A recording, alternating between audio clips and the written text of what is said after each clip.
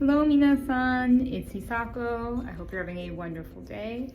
I'm going to do a short video today to talk about habotai. So habotai are the special kind of wig caps that you would wear under your katsura. You've probably seen me wear them in other videos or photos if you follow my social media. I have a video where I show how to do the makeup and you'll notice I'm wearing a habotai. You can wear a regular wig cap under the wig, but it really doesn't work as well as a habotai would because it stays in place a bit better. But that being said, there are different ways you can do it. I prefer the traditional wig cap, but I have seen a lot of geisha do like they'll have like the hairnet that they put on, and then they'll just have like the kind of tape. It's kind of like a waxy tape material from the habotai. They'll have just that they secure around the wig cap without like the kind of silky material. So I've seen it done different ways, but I prefer having the actual wig cap for myself. I actually made my own recently so I could save some money and also have something that is washable. So I'll talk a little bit about my actual habotai I have, which is pretty beaten up at the moment, and also the one I've made. I made a couple of them, but this one, as you can see, is pretty well loved. This is an actual habotai that I've purchased online from a seller. I can't really find these here in the US. This is something you would have to order online, so I do have to have this imported from Japan. It is a little pricey. I bought mine for $40, so it is a little expensive. They're made of like a silky material. As you'll notice, there's lots of powder and foundation on this because I've used it so many times. Traditionally, purple would be the traditional color, but I have seen them in red before as well. But usually purple is what you would get. But you've got like kind of this sort of like thin kind of, it almost feels like masking tape. And it's covered in a layer of wax or habutae, which is part of what helps it stick to your forehead. They also have these strings on the end. So when you tie it on your head, you pull the strings and it like scrunches everything up so it secures it and kind of pulls everything in.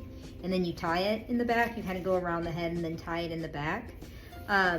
Like I said, this one is pretty beat up. So they're not really something you can wash. You can reapply the wax on this, but over time, like the strings, it gets like stringy and it will get pretty beat up over time. So eventually you will need to replace it.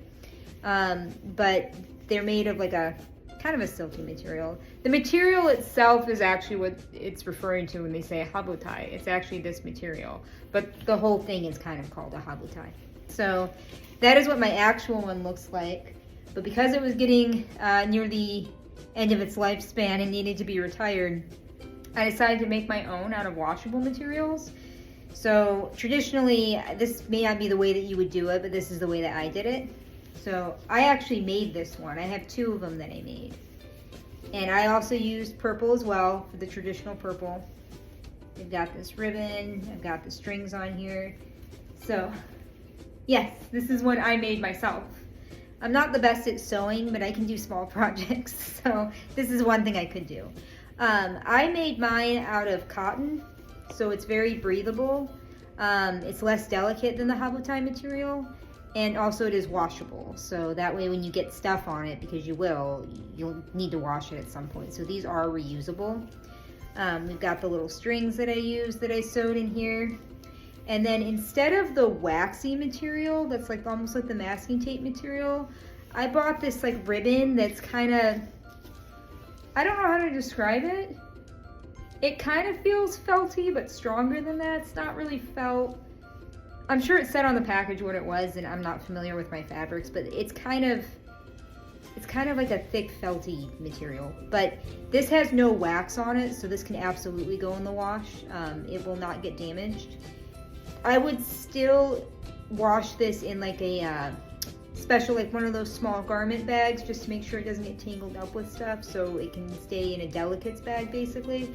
But yeah, I've actually used these a few times now and they work really, really well. They work just as well as the traditional habotai, but this is much easier to maintain and wash and take care of. So this can absolutely be washed and reused many, many times. So yeah, that's a little bit about habotai, and that I made my own. So they were very inexpensive to make. I think to make 2 of them cost me just under $8 to make 2, and just a little bit of time with my sewing machine. So yeah, you have to, when you're doing henshin, you have to learn how to make do with what you have, and you need to learn to be resourceful, because especially being in the US, sometimes certain items are not widely available here.